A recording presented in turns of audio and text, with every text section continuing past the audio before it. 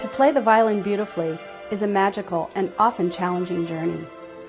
By teaching proper technique and establishing healthy practice habits early in our young students, we are creating a healthy foundation for them to pursue an expressive and rewarding musical life. As teachers, we are most often cloistered away in our studios. Creating a healthy foundation will give teachers and the instrumentalist who is considering teaching an insider's view of various classroom settings, a rare glimpse of other teachers and their approach. Join me in private studio lessons and group lessons of young children.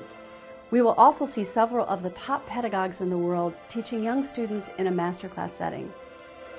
We will explore the fundamental principles and early stages of playing the violin and viola, concepts of Mimi Zweig, Paul Roland, and others, as well as suggested exercises, etudes, and repertoire.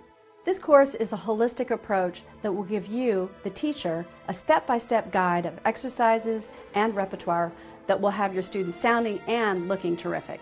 And when you return to your studio with confidence and a new curriculum, both you and your students will benefit and share the joyful experience of making beautiful music.